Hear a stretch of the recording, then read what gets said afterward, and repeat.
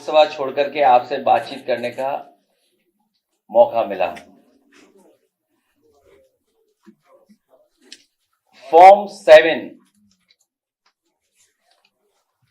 7 को लेकर के पूरे प्रदेश से जगह जगह से खबर आ रही है और जानकारी और जो सूचना मिल रही है उसमें भारतीय जनता पार्टी बड़े पैमाने पर धांधली की तैयारी कर रही है। जिस समय से मुझे ये सूचना मिलना शुरू हुई उसी समय पर सोशल मीडिया के माध्यम से हम लोगों ने जानकारी हासिल करा दी और सोशल मीडिया के माध्यम से शिकायत भी की और हमारे कार्यालय में जो पदाधिकारी हैं और कार्यालय को जो देखते हैं उन्होंने भी जानकारी हासिल करना शुरू किया और चुनाव आयोग को लिखित शिकायतें दी हैं। लिखित शिकायतें देने के बाद फॉर्म 7 की धांधली के सबूतों के बाद हमारी मांग है कि डाउनलोडेड फॉर्म के सत्यापन की कोई वैकल्पिक व्यवस्था हो। कागजी फॉर्मेट नहीं, फॉर्म हो, मतलब हर फॉर्म पर नंबरिंग हो। कागजी फॉर्म 7 पर ईसीआई का होलोग्राम हो। फॉर्म 7 के अब तक जमा सारे फॉर्म निरस्त हों। अब तक जमा हुए सारे फॉर्म पर जो हस्ताक्षर हों उनकी न्यायिक जांच हो। घपलेबाजी को पकड़ने के लिए एआई का सहारा लिया जाए। फॉर्म 7 जमा करते समय की सीसीटीवी फुटेज निकाली जाए। जो भी आरोपी पकड़ा जाए उसके विरुद्ध एफआईआर दर्ज करके उसके ऊपर राज्य के खिलाफ साजिश करने और 420 का मुकदमा चले। और इन बातों को मैं इसलिए कह रहा हूं क्योंकि सबसे पहले जानकारी मुझे सीतापुर से मिली और सीतापुर के बाद हमारी पार्टी के पूर्व विधायक अरुण वर्मा, उनकी विधानसभा में इस बात की शिकायत मिली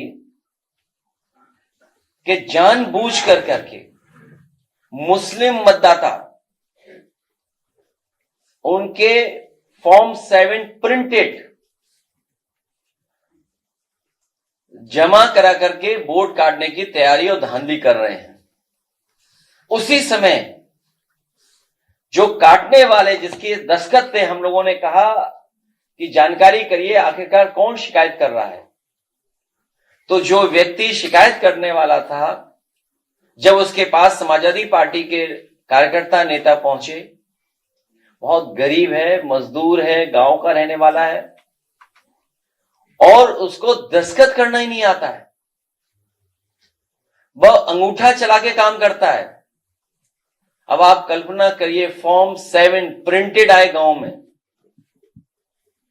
और जो दस्तखत करना नहीं जानता है उसके दस्तखत हों। ये धांधली पूरे उत्तर प्रदेश में चल रही है, गाजियाबाद से लेकर के गाजीपुर तक। और जिन विधानसभाओं में ज्यादा भारतीय जनता पार्टी हारी है उन विधानसभाओं में बड़े पैमाने पर ये तैयारी कर रहे हैं।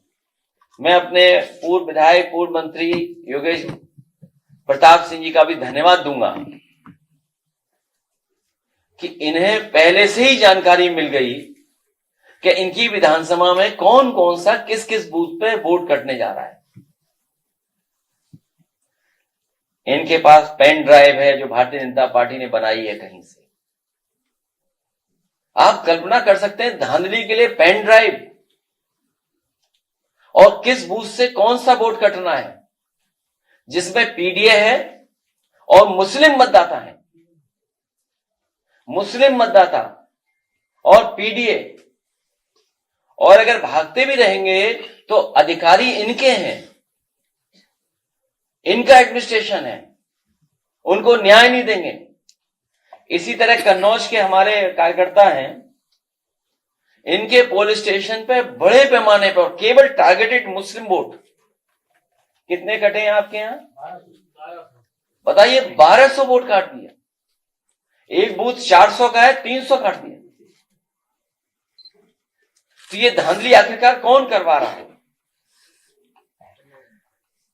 मैं कहूंगा चुनाव आयोग से, और निवेदन करेंगे चुनाव आयोग से, प्रार्थना करेंगे कि लोकतंत्र में वोट ही सबसे बड़ा अधिकार है, इस तरह की धांधली ना हो। और फिर धांधली उत्तर प्रदेश में क्यों ना हो? चुनाव आयोग ने भाजपा से मिलकर सभी जिलों में लाखों की संख्या में फॉर्म 7 के माध्यम पीडीए के वोटर्स को डिलीट करने का प्लान बना लिया है। कुछ लोगों का कहना है कि मुख्यमंत्री कार्यालय में आईएएस, नाम मैं बाद में खोलूंगा, डैश डैश डैश, कुछ लोगों का कहना है कि मुख्यमंत्री कार्यालय में आईएएस मंडलायुक्तों और जिलाधिकारियों पर पीडीए वोटर्स को काटने का दबाव बना रहे हैं। उत्तर प्रदेश मुख्य चुनाव आयुक्त साहब क्या बताएंगे कि इसमें मिली भगत में आप किस तरफ हैं? ये जो फॉर्म 7 प्रिंटेड आ रहे हैं, शिकायत करते दस्तखत नहीं है। तो चुनाव आयोग जो उत्तर प्रदेश में देख रहे हैं अधिकारी, वो किसकी तरफ है? इस समय प्रदेश के बीएलओ निराश और हताश हैं। हालांकि मुझे जानकारी मिली है जो बीएलओ है उन्हीं का वोट काट दिया। वो नौकरी के चक्कर में हम उनका फॉर्म आपको नहीं दिखा पा रहे हैं।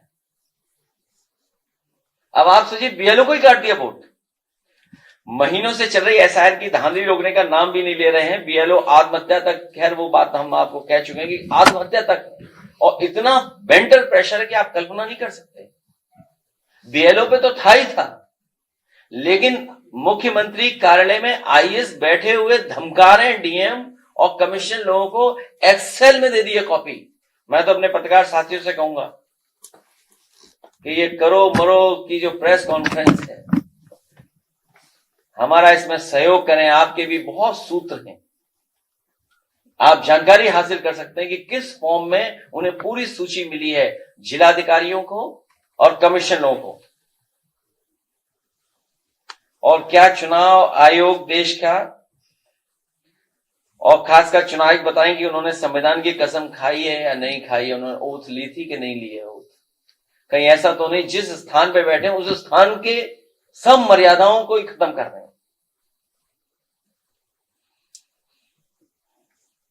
मुझे तो लगता है कहीं ऐसा तो नहीं वन नेशन वन इलेक्शन की तरफ जा रहे हों, या कोई और दूसरी बड़ी साजिश की तैयारी हो।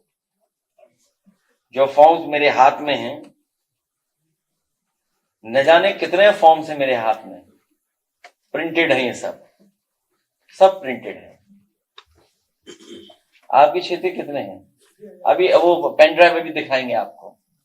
ये सब प्रिंटेड है, हजारों की संख्या में। जब ये हार गए, और सबसे बड़ा जो खेल खेल रहे हैं लोग, गरीब के सामने जब वो मांगने जाता है, कहता है कि हमारा वोटर लिस्ट दिखाइए, तो नया खेल देखिए आप। जब जानकारी मिल जा रही है कि उसका वोट कट गया है, तो राज्य चुनाव आयोग ने जो वोटर लिस्ट बनाई है, उस वोटर लिस्ट को दिखा देते हैं कि देखो आपका वोट तो है। उसको यही नहीं पता है कि किस वोटर लिस्ट से कौन सा हट रहा है, कौन सी वोटर लिस्ट ज्यादा इंपॉर्टेंट है। विधानसभा लोकसभा, विधानसभा महत्वपूर्ण है कि प्रधानी महत्वपूर्ण है? कई जगह से सूचना आ रही है कि जब शिकायत हो रही है कि उसका वोट काटा जा रहा है, तो वहां पर बीजेपी के लोग मिलकर के अधिकारियों से दिखा देते हैं कि देखिए राज्य चुनाव आयोग में तो आपका वोट है। तो सोचिए, धांधली के बाद धांधली, धांधली के ऊपर धांधली। इसीलिए चुनाव आयोग से अपील है कि भारतीय जनता पार्टी के इशारे पर बहुत से अधिकारी धांधली नहीं करना चाहते हैं, उसके बावजूद भी बड़े पैमाने पर दबाव है उनके ऊपर धांधली करने के लिए। अंतोगत्वा बीएलओ की ही नौकरी जाएगी। मुझे याद है कन्नौज में जब वोट नहीं बना था कुछ लोगों का, हम लोगों ने ये अपील की थी, एफआईआर दर्ज कराने की बात रखी, बड़े अधिकारी बच गए, उन्होंने छोटे अधिकारियों की नौकरी खा ली, बीएलओ को सस्पेंड कर दिया। ये मुख्यमंत्री कार्यालय से एक अधिकारी का लगातार फोन जा रहा है कमिश्नर्स को, डिस्ट्रिक्ट मजिस्ट्रेट्स को, और हम तो कहेंगे कि आप अपने सूत्रों से भी पता करिए क्या ये सच्चाई है कि नहीं है। पूरे उत्तर प्रदेश में खासकर मुस्लिम, पीडीएस समाज के लोग और जिन बूथों पर भारतीय जनता पार्टी नहीं जीत रही है उन बूथों पर टारगेटेड पेन ड्राइव के माध्यम से वोट भेजा जा रहा है और अधिकारियों को निर्देश है कि समाजवादियों की ना सुनवाई हो, वरना गांव में कहां प्रिंटर है ये बताइए। आप खुद सोचिए, आप खुद हमसे बड़े बुद्धिजीवी हैं, हमसे ज्यादा समझदार हैं, हमसे ज्यादा आप लोग देखते हैं चीजों को। ये सब प्रिंटेड है। और सोचिए, कल्पना कीजिए जिससे दस्तखत कराए वो अंगूठा मारता है। पूरी पुलिस बीजेपी की लगी है कि पार्टी कार्यालय ना आ जाए वो।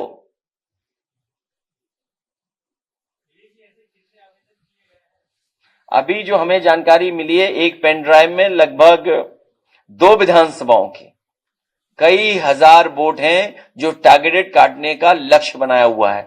और यहां पर 2 विधानसभा कितने हैं? 6301 विधानसभा, जो कि गोंडा में हमारे योगेश प्रताप जी की है, उस विधानसभा में काटने का लक्ष्य है 6000 से ज्यादा। ये फर्स्ट राउंड की सूची है। लास्ट मूवमेंट जो सूची आएगी वो तो अभी हमको पता ही नहीं है। इसी तरह सरैनी विधानसभा में 3000 वोट टारगेटेड है।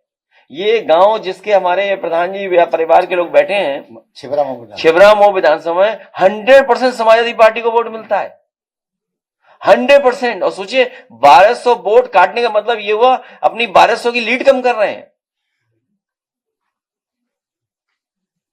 1200 की लीड एक पोलिंग स्टेशन से मिल रही उन्हें। एक तरफा जब वोट होता है तो वो आगे जाता है एकदम विधायकी की तरफ। और विधायक का मार्जिन क्या है?